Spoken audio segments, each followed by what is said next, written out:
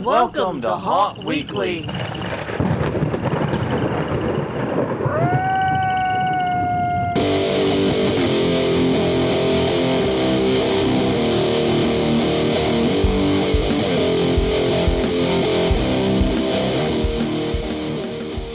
Hello, everyone. I'm Jonathan. I'm Crystal. And this is Haunt Weekly, a weekly podcast from the haunted attraction and haunted entertainment community. Whether you're an actor, owner, or just plain aficionado, we aim to be a podcast for you. Yes, indeed. We come at you. This is an odd week. We're at the week now between Christmas and New Year. Right. No man's week. Exactly. It's the week where you're supposed to accomplish nothing, I believe, is the objective goal. Yes. Don't try to start a business. Don't try to learn a new skill. Just transform into a couch or a gaming chair or whatever suits you is the time period we're in. I think we've done very well with that. Yeah, we started that about a week ago, honestly. Almost a week ago on the nose. Yeah. And we've been very, very active in trying to transform into a piece of furniture. But it seems as if we got punished for that a little bit. I'll get into that in just a minute. But first thing is first, this is Haunt Weekly, as I said. If you have not done so, take a moment, check us out. We're hauntweekly.com, including our nice little contact form there if you need to reach us for any reason. Hint, hint, question of the week. You can also find us on Facebook, Twitter, youtube.com/hauntweekly is our YouTube channel. We're also on iTunes, Google Play, Stitcher, Spotify, wherever you get your podcasts. Our lovely podcast distributor, make sure we're there. So definitely check us out at all those fine places. All right, and this week we're deciding we wanted one that's kind of, for us, low-hanging fruit. Yeah. Because we've actually touched on this a lot, and there was some of this conversation in the Wrestle Horror podcast we did a while back, and it felt like something worth expanding upon. Yeah. Yeah, that's actually what got me thinking about it. A lot of this content we've mentioned before in passing. Yeah. But instead of doing a drive-by on it, we're actually going to concentrate fire on it for a minute. Yeah, exactly. How's that? That sounds violent. Yes, it does, which is appropriate for the theme, violence and haunting, which we are not talking about, real-life violence happening in haunts, which happened far too often this season. Yeah, no kidding. We're talking about planned and staged violence in haunts. Yeah. So just be clear about that. And I just now realized that title may be confusing given the season we've had. Yeah. Well, here, I will fix it to simulate it. You know what? It'll be fine. It'll be fine. Don't worry about it. It just now sat down and thought about it. But first things first, we have our usual spate of housekeeping to get ourselves through. First things first, the question of the week. Last week's question was, what is on your gift list? What do you want haunt-related for you? And our winner this week is Ryan Greger with a dedicated haunt toolbox. That's something that I absolutely love having. It is a go-to for me. Actually, and it's for us, we actually technically have, I think, 3 dedicated haunt toolboxes. We have the big toolbox, which is the toolbox. It's where all the power tools and all that stuff goes, plus the shelving unit around it. The shelving unit with it. And then we have the bug-out boxes sprinkled like crack throughout the entire house. Yeah, we have one on each side. That way I don't have to carry something all the way around. And basically that includes your on-the-spot essentials, duct tape, a drill of some sort. We have 2 impact drivers. One impact driver goes in each thing with battery. Yeah. Screws, staple gun, hammer, staple gun, basic supplies like that already. So that way if there's a midnight zip ties. Oh God, all the cable ties. Honestly, in this haunt, you don't have to go to a bug-out box to find zip ties. No. Just look anywhere, behind any corner, and you're going to find a few. Yeah. So yes, all those things are included in the bug-out boxes. And I got to say, having dedicated haunt tools as opposed to house tools. Do we have any dedicated house toolboxes? Yeah, the one in the first room. I guess that is technically it doesn't feel like it because we used it to build the yard display. Well, yes, that's true. But if something breaks in the house, that's where I go and look first. Because the inside the house tools are inside that box. That is fair. But Ryan Greger, we will be in touch with you, getting your info, and sending you something sweet in the new year. Yes. All right, so this week's question of the week is, what are you doing for your haunt right now? Yeah. What are you doing today? Like I said, the new year, Halloween and haunt season's 9-10 months away, but we know you're doing something. Yeah. What you doing? Yeah. I want to know. Tell us. Tell us at hauntweekly.com using the contact form, or Haunt Weekly on Facebook, Haunt Weekly on Twitter. We check the DMs.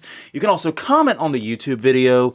Just hit us up anywhere you find us. We read all those comments. We read absolutely every single word, and you will be entered to win. Yes, and if you're doing a build, be sure to drop a photo with that comment, because I'd love to see it.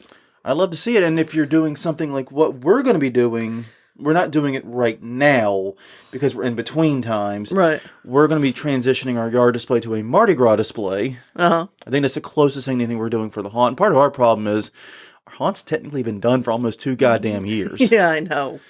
I mean, we have some details we may want to do. We have some things we want to change. But nothing anywhere near as major as the usual build. No. In fact, I think only one room's getting a real revamp at all. Yeah. Yeah, I believe so. And that's, of course, if we don't have to put in any kind of protocols to keep people separated. Yeah. And we're going to actually wait to do that until once we get a better handle on what this COVID-19 stuff looks like come October. Yeah. Hopefully with the vaccine making its rounds and... You know, it's going to be a rough winter. I don't doubt that. But hopefully by September, October next year, we'll be in a much better place and be able just to have a haunt season. Exactly. Wouldn't that be a wild idea? It would. I would really like that, though. Because I miss it. Yeah, we got double canceled this year between COVID and Zeta. Yeah, and I've been having more of the going to haunt dreams. Because... I have very vivid dreams, and last night's was another haunt visit. Okay. My brain goes off and creates haunts, and I go to it in my dreams. That sounds like a video game idea. Honestly, that'd be a really cool video game. Haunt builder, designer, like sim haunt. I've been looking for something like that, and I can't find it anywhere. If you know of a game that plays like SimCity for haunted houses, let us know, Haunt Weekly. And while you're at those places, check out hauntweeklystore.com. Don't forget there. Yes. And we have a ton of great merchandise. Unfortunately, we do not have anything new for this episode. I'll get into why in just a second. But there we have a series of t-shirts and masks, all Haunt Weekly themed, including the oddball shirt for Crystal being the oddball, a standard Haunt Weekly logo, and now correctly spelled slogan on the back. Yes. Thank you to the person who pointed that out. And thank you. And of course, the official Haunt aficionado shirt, which I almost deliberately misspelled out of humor. Yeah. Which that would have looked bad with the accidental misspelling on... Never mind. I'm glad I didn't take that joke. But no, the official Haunt aficionado shirt, you can check those out at hauntweeklystore.com. So, yes, we have a few housekeeping notes this week. First of all...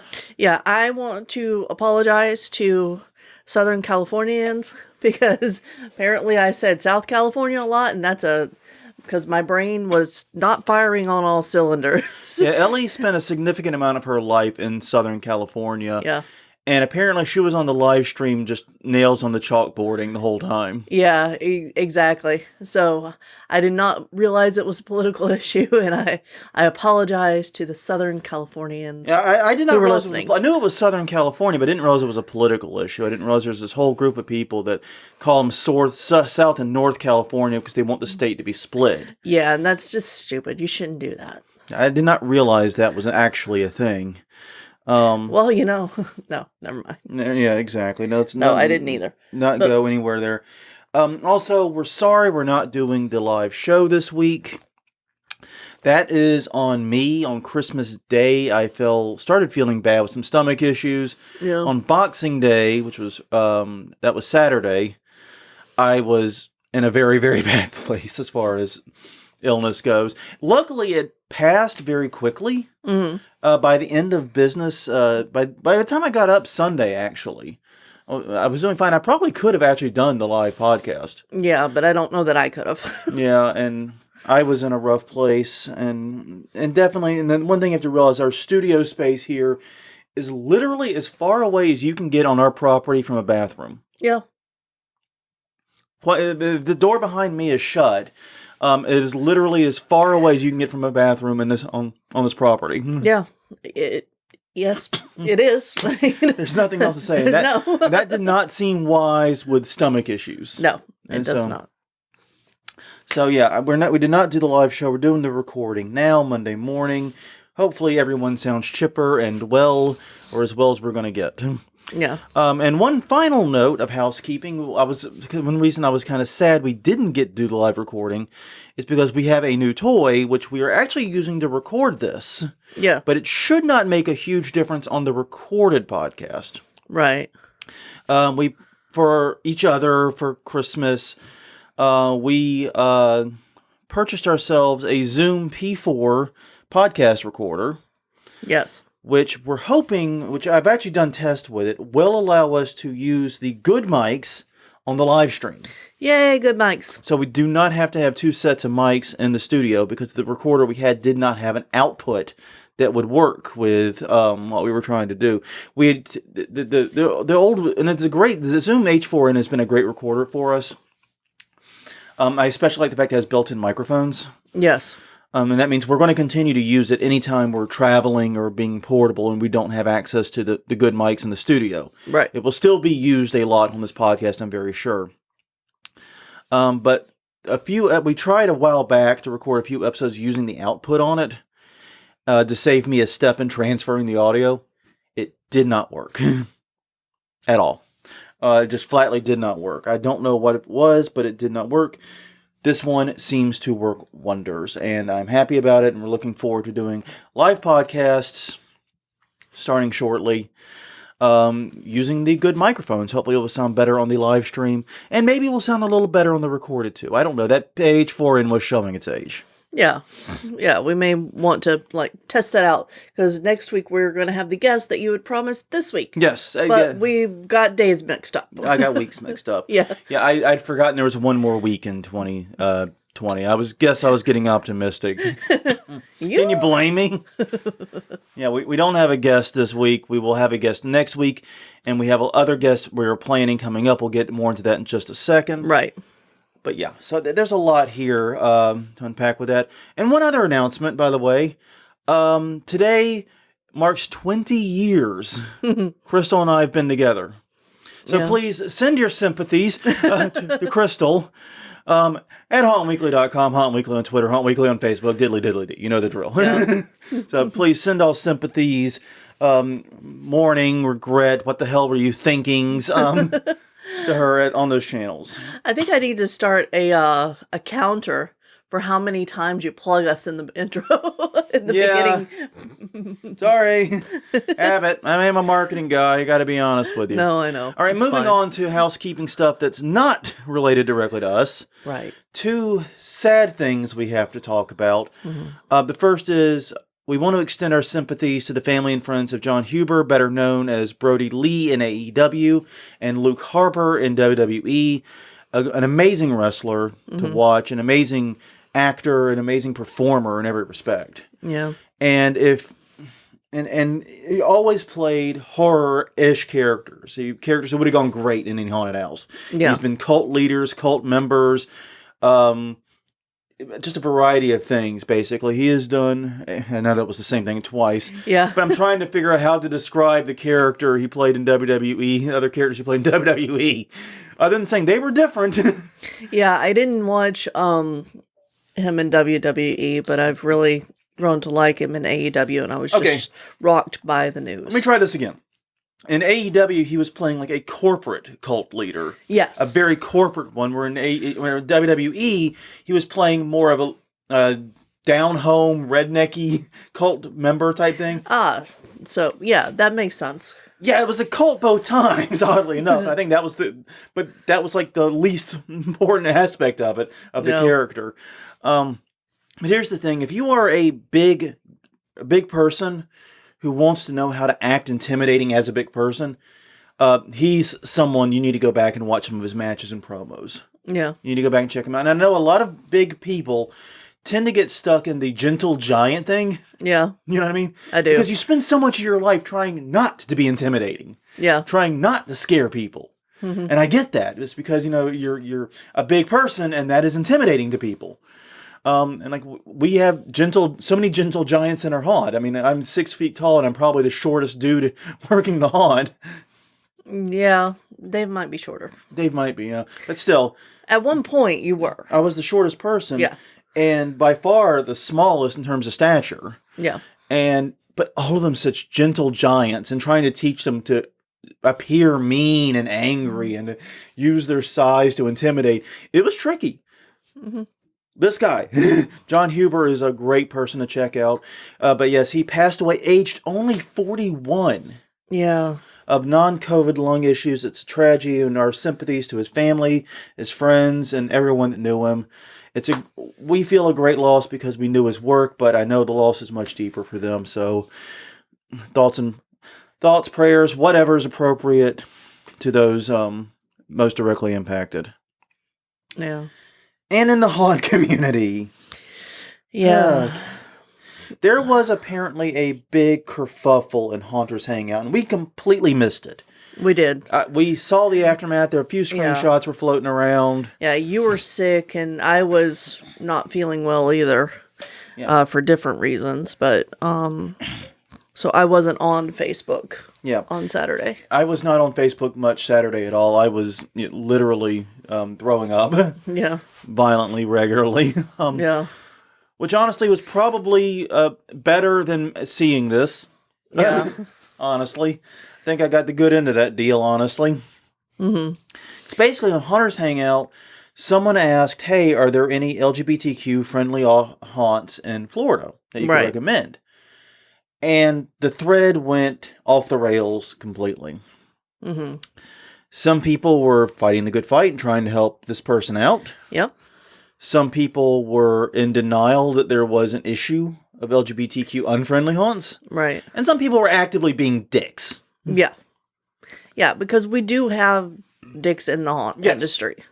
As we've found out, as we've gotten to know the industry as a whole better, there are certain aspects of it that we really don't like and would like to change. Yeah. And the thing about it is I think Haunters Hangout handled it poorly. Yeah. They removed the question, which the fact that it got such a divisive answer, I think, proves why the question was necessary. It does, yeah. I mean, it completely does. And, I mean, I don't know if the person was looking for a place to work as an actor or if they were trying to visit, because Haunters Hangout is usually industry facing. Yeah. It's not usually for the fans of the haunt industry. Yeah. So, I mean, I think it was an important question to ask, and there were some good points raised, and now that conversation isn't there. Yeah. And that's part of the problem with erasing conversations, is that it's got to start somewhere. And whenever important conversations start, there's always going to be some fray. Yeah. It's not always going to be, I think this way and I think this way. It's going to be somebody being a dick. Yeah, somebody, and part of what kills me, I think, is that they got rid of the question, not the bigots. Yeah. Yeah. That is, I think, the most disappointing element of Haunters, as far as Haunters Hangout goes.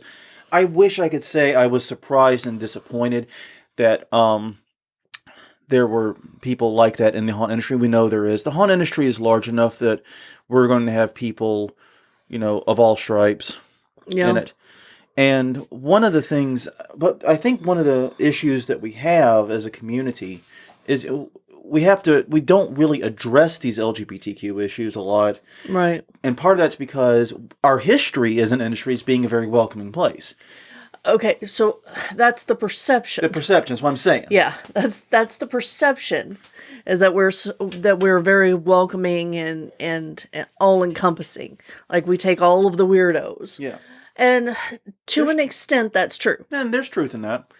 But there's also a lot of people who still feel like outsiders and who are bullied, and it's just horrible. And I was thinking about it, and I can't speak to the LGBTQ experience personally, and I don't want to speak for anyone. Right. So I'm trying to be very, very careful here. And we're going to have guests on, a guest or two possibly on in the coming weeks. We're setting it all up. We haven't had, like I said, sickness. Yeah. We haven't been able to set up anything yet. So we haven't even approached people yet. Right. But I'm confident we can get at least a couple of these people. Yeah. So I want them to come on and talk about their experiences, and I don't want to speak for them. But one of the things I think that was true in the 60s, 70s, and into the 80s, right as haunting became a charity and moved into commercial space, was that, it wasn't a relatively accepting place for LGBTQ because you were a haunter first and everything else was second. We were soldiers in the trenches type thing. Yeah. And that was true. There was a truth to that. And compared to what LGBTQ people were experiencing in the world around them at the time, that was a welcoming place. Yeah. But it's not the definition of welcoming in 2020. It's not. And there are bigots in the industry. Oh, yeah. And yeah. Yeah. But this is something that we're going to go into deep on. Oh, yeah.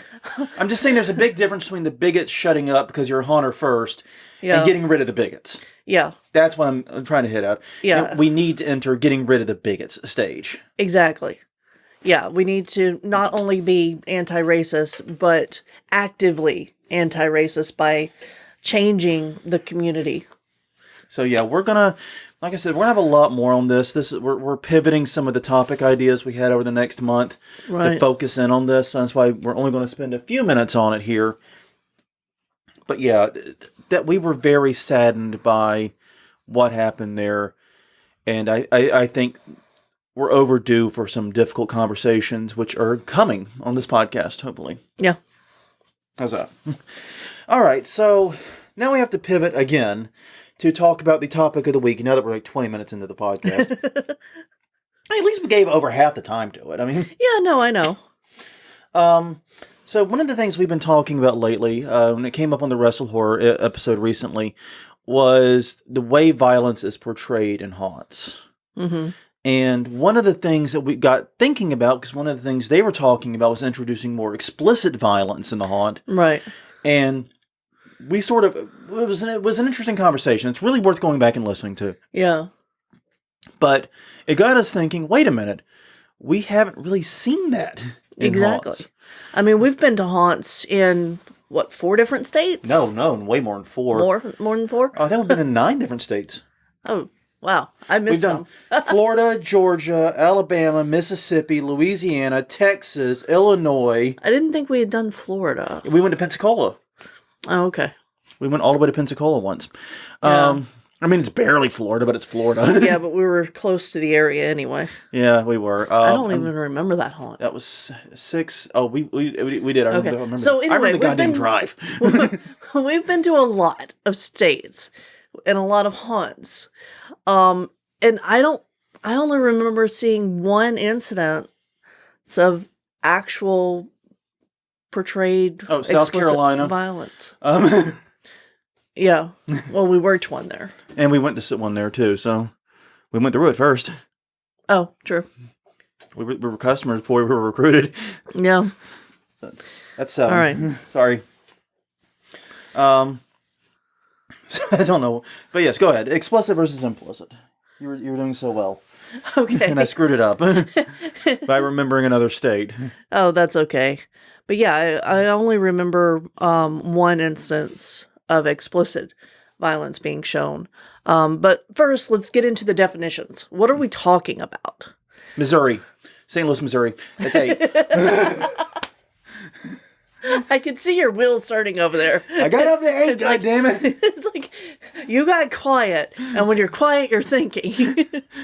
That's when I'm dangerous. Exactly. Sorry. Explicit versus implicit. Definitions. Explicit basically means it is happening in front of the viewer. It is not... It is something they are actively witnessing. Right. If, think of it like if I, in front of you punch someone in the face. Yeah. that is an explicit act of violence from your perspective because you saw the act of violence. Right. If I punch someone in the face and you come up to them later and see the black eye or see that they're on the ground going, what happened? Yeah. That is implicit. You can figure out violence happened. You might even be able to picture the violence in your head. Some of us. Some of us, I mean, poor Ellie. But you cannot, but you did not actually witness it firsthand. Exactly. And that's, that's the Russell horror guys talked about, pretending to snap a victim's neck. Yes. Or hold them up against the wall. And I'm like, I've never seen that in a haunt. And the few things we have seen of explicit violence have been relatively mild.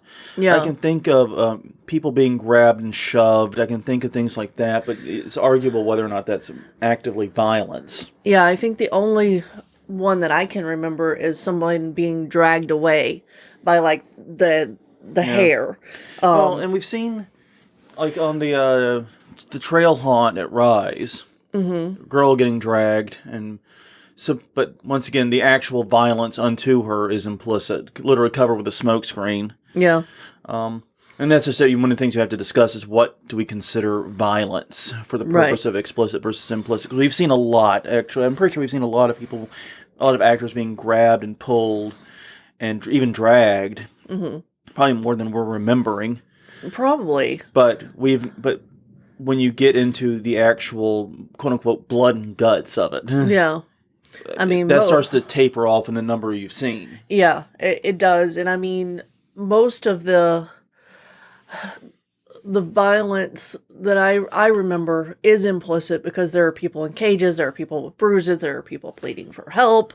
There are people who have prosthetic limbs and fake limbs that are like, they cut off my arm. And, yeah, exactly. Or with nasty gashes, or someone crawling around like they've been cut in half. You see those types of things. Yeah, you see that, and then you see the villain who's in the room, and then that villain threatens the customer. Yeah. With that same type of violence. Exactly. So. Yeah, basically, implicit violence is much, much more common in haunted houses for a lot of reasons. Mm-hmm. And the biggest reason I can think of is that it's simply easier to do. Easier on the actor, easier on the haunt owner. Safer. It's simply much, much easier to do. Now that said, explicit violence does have its pros. Yeah. It intensifies the quote unquote realness of a scene. Right. If you do it well. Yes. If you do it poorly, it wrecks it. Well, then I'm just going to laugh at you. Yeah. Because if you get stabbed in the neck, or if you get stabbed in the lower back and you're holding your head like, you got hit there, it's just, you're going to look ridiculous. Right. And I think I have actually seen exactly that happen before in a haunt where someone got, but then again, the stabbing in the back was implicit because you couldn't see the knife going in, or you couldn't even really tell that he was motion, but other than a motion toward the back. So you could still argue that was implicit violence. Yeah.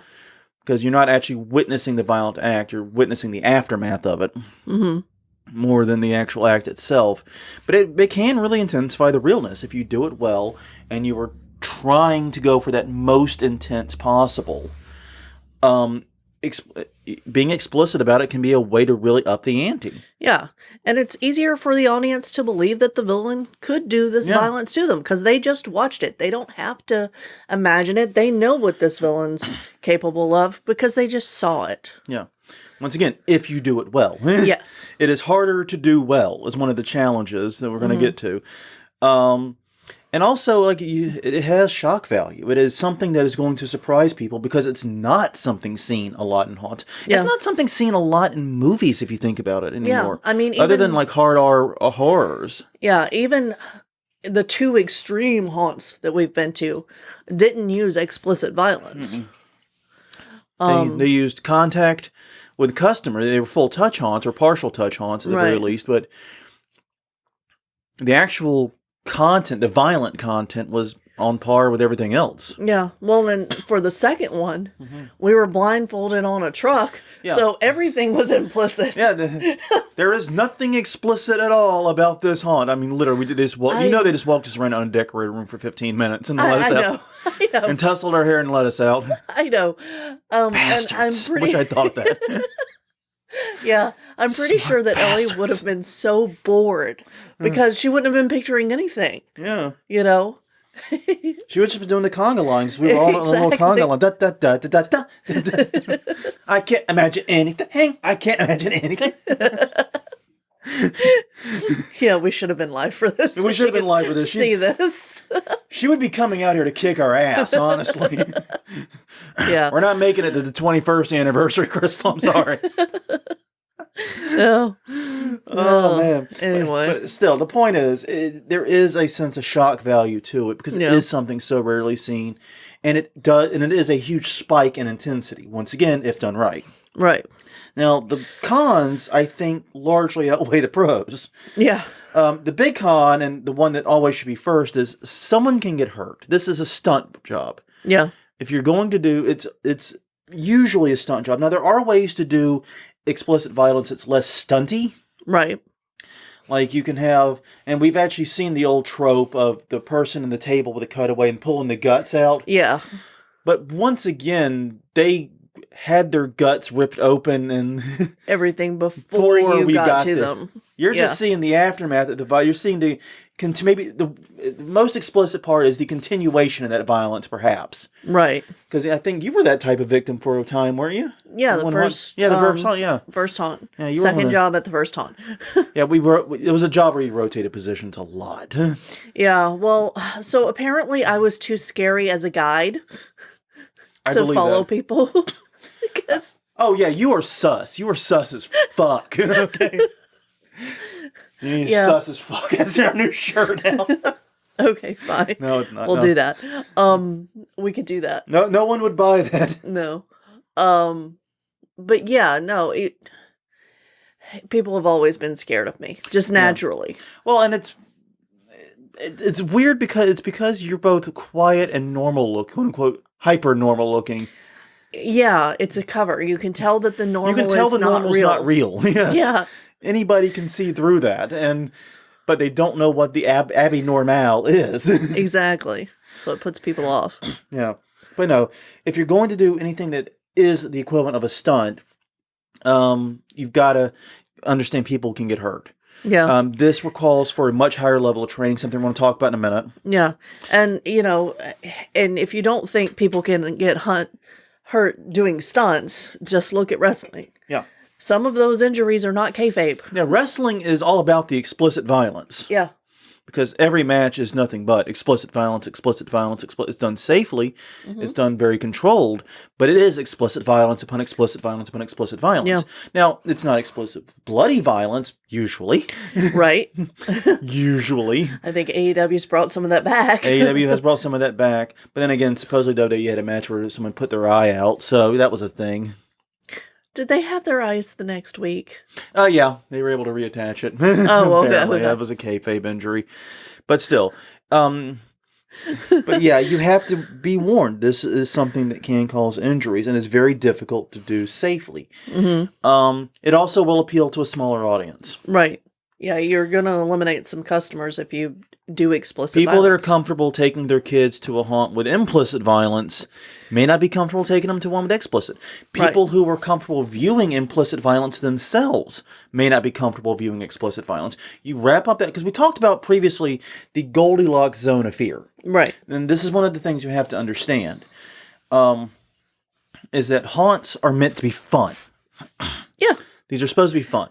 Entertaining. And the studies that, including 2020, studies about fear and the enjoyment of said fear talk about how there's a Goldilocks zone. It's like a bell curve. Mm-hmm. Like there's a point where you get your heart rate and your adrenaline up, but you know you're safe, like a roller coaster or a haunted attraction, and that's fun. Yeah. And, the other thing is that not only will you appeal to a smaller audience, you may also appeal to a smaller staff. Yeah. Because a lot of people may not want to work in an explicit haunt. Yeah, and especially if there's going to be any kind of stunt work or physical danger to them. Yeah. I mean, yeah, and that's very true. It's going to be harder to find people to do that. It's much easier to train someone to scream help and, pretend to be a victim of violence that happened to them previously Right. than it is to be to train them to be someone that has fake violence enacted upon them. Right. It's much, much different. Mm-hmm. There is the risk that customers with various PTSD triggers could be more strongly impacted by this. Right. A lot of customers that are maybe able to deal with and not be impacted by implicit violence may be impacted by explicit violence. Yeah. The further up that scale you push and the more intense you push your violence, the further you get into potentially activating PTSD and other conditions like it. Right. And, and especially if you're trying to do a realistic haunt with realistic characters, human characters. I mean, if you've got, I don't know, gorgons or something, maybe it wouldn't be as triggery, but I don't know. I can't speak for people with that type of PTSD. Yeah, that's not something either of us have. Once again, it's better for us to bring someone else on and discuss that. But yeah, the pros. Now, when you're dealing with implicit violence, like I said, what most haunts do for most of their product, Right. It appeals to a broader audience and is generally considered family friendly. I'm not exactly sure why it's more family friendly, but it is the perception. It is, and I'm not sure why either, because you're still seeing violence, but I mean, it's like at sometimes not even an R rating. Yeah. If we're not using those standards for haunts, but if we were, yeah. Well, and it, watch like a PG-13 horror. You'll see people will die. The body count will probably be just as high as an R-rated horror most of the time. But the actual killing will take place off camera or will be implied through other means. Much like the shower scene in Psycho. Right. You never actually see her get stabbed other than shadows. Right. Yeah, and you don't really see a lot of gore in those types of movies either. And a lot of haunts don't use a lot of gore other than like butcher scenes where animals have been butchered. Yeah. And compare though, like that scene from Psycho, like I just mentioned, to the scene from Terrifier, where the woman is sawed in half. Right. And if you haven't seen Terrifier, there's a scene where a woman's sawed in half. And I'm not going to give you any further details because I don't want to ruin the scene. Yeah. Right now, it's probably, I probably haven't said too much yet. Right. I'm not saying how she got sawed in half, which is the important bit. Yeah. Those are two very different scenes in terms of how they impact and scare and startle. The Terrifier sequence, you're horrified by the violence. Right. You're horrified by the gore and the violence. And Psycho, you're scared by the psychological horror of it. Exactly. It's all in your head. Yep. So to speak. So that's a very, very different system there. Mm-hmm. Now, so yeah, it'll appeal to a broader audience. It's more family friendly. You're less likely to get hurt pretending to be a victim of previous violence than actively having to take a violent attack mid-scene. Yeah, exactly. And it honestly, I think, depending upon the customer, it actually might impact them more because it lets them come up with what happened to that person. Yeah. And some people have some messed up answers on that. Mm-hmm. I've learned that. Yeah.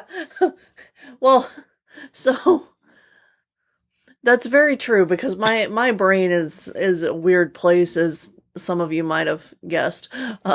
Yeah. So my answer might be completely different. It might be use all the tools in the room, not just one. And finally, it's less likely to trigger PTSD. Yeah. Which is, I think, a positive thing. It's not necessarily never going to trigger it. Right. But honestly, someone who has PTSD triggers that can be activated by implicit violence like that probably wouldn't be going to a haunted house in the first place. Yeah. But they might not be anticipating the explicit violence. Mm-hmm. So yeah, the big con on it is you don't feel as unsafe. You don't feel as scared because whatever happened already happened. Yeah, exactly. So you're just showing up after the fact. You're, you know what I mean? mm-hmm. So, if you do want to include more explicit simulated violence in your haunt, here's a few things to consider. First, make sure that your actors are taught by trained professionals. Yes. And that this is well practiced. I would consider looking at local wrestling schools. Yeah, I think that's a great way to go. How to throw the whatever the attack is, Yeah. how to sell said attack, and how to fall without injuring yourself. I mean, unless you're in LA, you don't really have like a stunt academy or anything you can go to, but you probably have a wrestling school, some professional wrestling school somewhere nearby.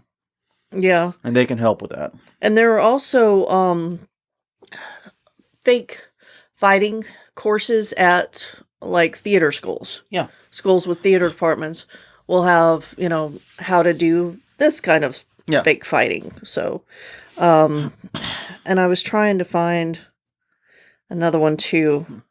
Okay. SCA. Okay. The Society the for Renaissance Creative. Society, yeah. Yeah, they start out, they do go into real fighting with, fake weapons, but they could also do that kind of staged impromptu stuff. So, yeah. Could be very, very useful indeed. And I forgot to mute my computer when I came out here. Great move. I can tell I'm on the ball today. Regardless, I think wrestling schools and SCA and all that's a great thing to consider if you aren't in a major acting town and don't have like an actual stunt school. Right. Available to you. If you're going to include it, you have to make sure to place it in your promotional material. Yeah. And remember that if you are going to do it, actor comfort and safety is crucial to your business. Yes. Do not forget that. Yeah, you can't go through actors willy-nilly. No, because there's a limited supply, as we all know. Yeah, and you said in the notes, consider marketing yourself as an extreme haunt. I don't know if maybe that's the approach, because the extreme haunt angle seems to be more about what they do to you than what you see. But then again, I think the term extreme haunt has been watered down and... Yeah, well, and I think we need different terms. Yes, and we'll get to more of that in a minute. I put some of that... Good. I was hoping you would. Because the challenge here is that we, as an industry, need to find a way to relay what content we have in our haunt. Right. And this is something we're terrible at. And the reasons for this are legion. We want parents to be able to make informed decisions about what their kids see. Right. We want people with various psychological triggers and conditions to make an informed decision about what they are going to expose themselves to. Right. And I mean, this is something... And we don't want people to put themselves in a situation where they don't have fun. Exactly. And where they are actively stressed out or put into a bad headspace because of our haunt. Yeah. And, I think about fireworks because they've been going off every day for a week here. Welcome to New Orleans and Christmas time. Yeah. And veterans who have PTSD from being in combat zones. Yeah. I mean, if your haunt employs, military costumes, guns, loud bangs, all of that stuff could trigger someone, and that person might have, skills to fight. Yeah, and it might not go well. Yeah. For anyone. Exactly. Yeah, I mean, and this isn't to say you can't have those things in your haunt. No. That's not the point. No. Now, the point's not to say these are bad things and you shouldn't do it, and that's something I want to make absolutely clear. For the most part, I'm someone that believes you should have what you want in your haunt. This is your artistic vision. You do what you want. Just make sure your customers are consenting to it when they walk in the door. If they're walking in the door expecting it's going to be all crank ghosts and optical illusions, and they're getting a traumatic gore fest with PTSD triggers left and right, that's not good. They're not going to have fun, and that's going to hurt not just your haunt, but the entire industry. Because that person is never going to another haunted house again. Right. Where previously they might have been able to go to other haunts or been willing to go to other haunts. Now, no, screw that. They're not coming back. Yeah. They're done as a customer. It's over. Yeah. So the thing about it is, like, we do this terribly. I've only seen one or two haunts that had any kind of content warning other than the health risks. Exactly. Like, usually when I see content warnings, it's tied to health risks. And it's like, we use strobe light, so if you have photosensitive epilepsy, don't come in. Okay, well, that's a good warning. Yeah. I appreciate that. I don't have that issue. I don't really care. I mean, I'm not a fan of strobe lights, but it's just because I'm not a fan of strobe lights. Yeah. If you're pregnant, don't come in. Yeah, or don't heart come in. issues. Or Don't come in. But, yeah, those warnings are fine and good, but they're not content warnings usually. Well, and I think that's part of societal changes is that, we've been aware of physical ailments that could be, affected going through haunts or on thrill rides for a long time. But the emotional and mental health of customers now needs to come into focus. Yeah. And so, and we don't have a rating system, though. It's one of the challenges. Right. Like, video games and movies have a rating system. And sadly, we can't just, like, borrow theirs. No. Due to trademark reasons. Literally, I found this out. This is a bit of trivia here, but the MPAA rating system is trademarked. Now, the X rating was the only thing they didn't trademark. They never trademarked the X rating because the idea was that's what you put on a movie that the MPAA hasn't rated. Yeah. So an X-rated film originally wasn't necessarily pornographic. It was just this film did not get sent to the MPAA for certification, meaning you don't know. It could be just about anything, right? But that got co-opted by the pornographic film industry, and then it became XXX and all that stuff, and it went off the rails. And so then the MPAA went and got NC-17 as the rating for adult content that they did actually certify as such. Right. But that's neither here nor there. So the MPAA and the ESB, Electronics Software Board, blah, blah, blah, blah, blah.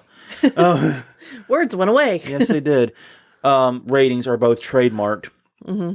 So you can't use those. But I think they provide a good rubric for what, maybe not necessarily the age rating, but for the types of content to warn about.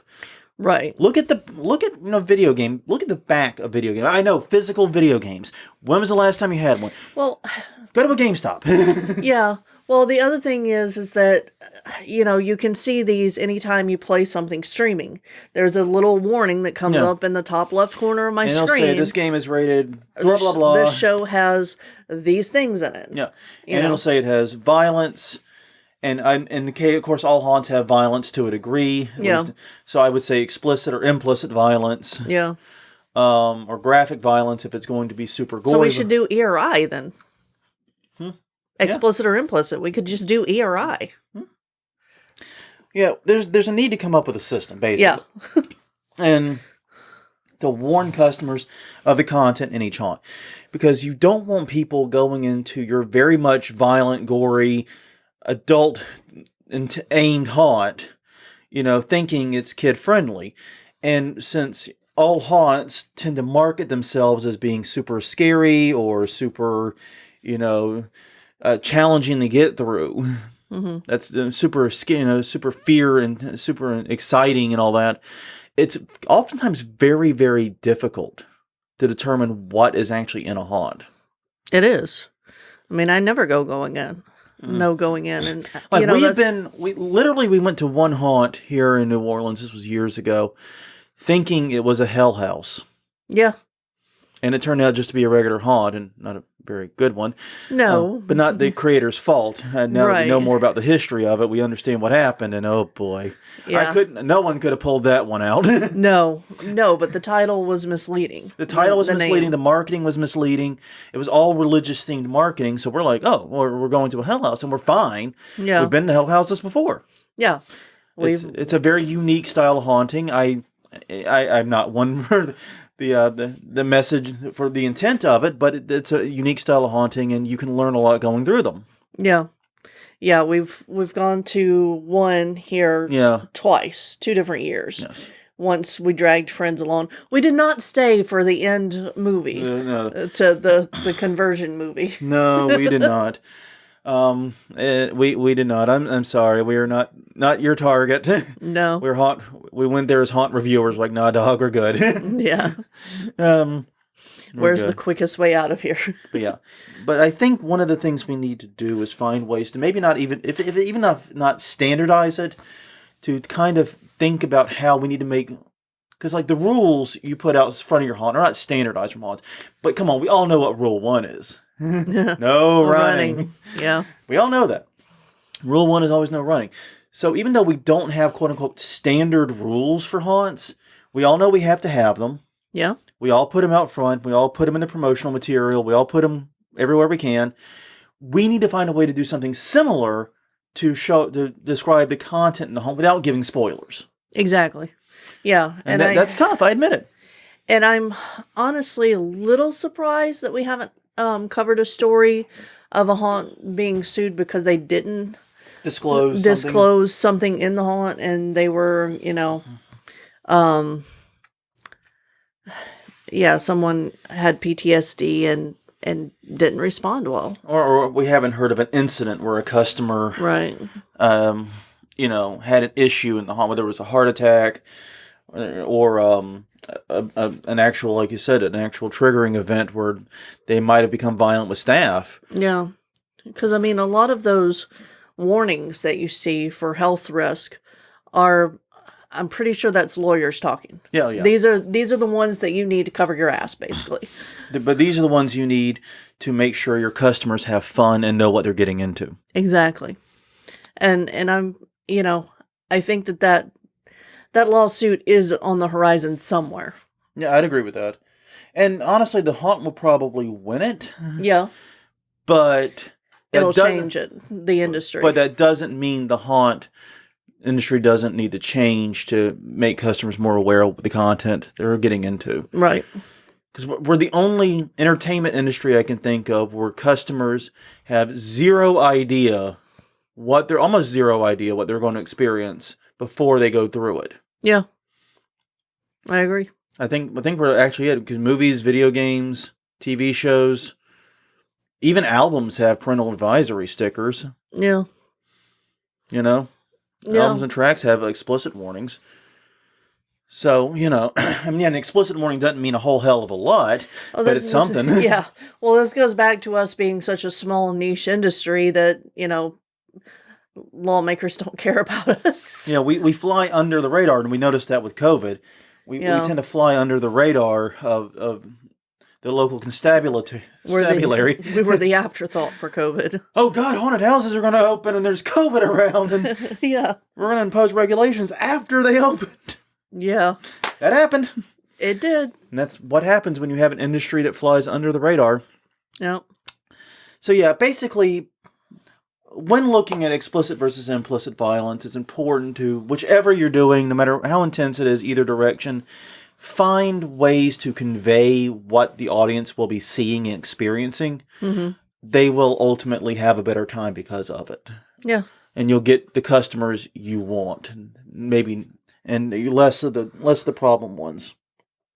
Well, I think that's all we have this time around. I know it's a bit of a weird episode because we don't have our live chat going this week, and also due to illness, the notes we're a little bit less prepared. Yeah, I think that's safe to say. But I think it was an important topic, and I'm glad we got through it. Me too. Do you have any further thoughts on it? No. I think we covered it well. So definitely, once again, add a tally, because I am promoting us again. You can find us at hauntweekly.com, Haunt Weekly on Twitter, Haunt Weekly on Facebook, youtube.com/Haunt Weekly is our YouTube channel, and we're at all the favorite podcast places. If you want a t-shirt, you want a mask, check out hauntweeklystore.com. No promo code this week because I was sick and forgot to set one up. See, this is what happens when I get sick. You don't get discount codes. Sorry about that. I'll make sure to have one for next week. But until next time, I'm Jonathan. I'm Crystal. And this was Haunt Weekly, episode 265, talking about violence and haunting, or simulated violence and haunting, as the title is now, apparently. We will see you all next week, hopefully with a guest. This time I mean it. This time I didn't lose track of the weeks. See you then.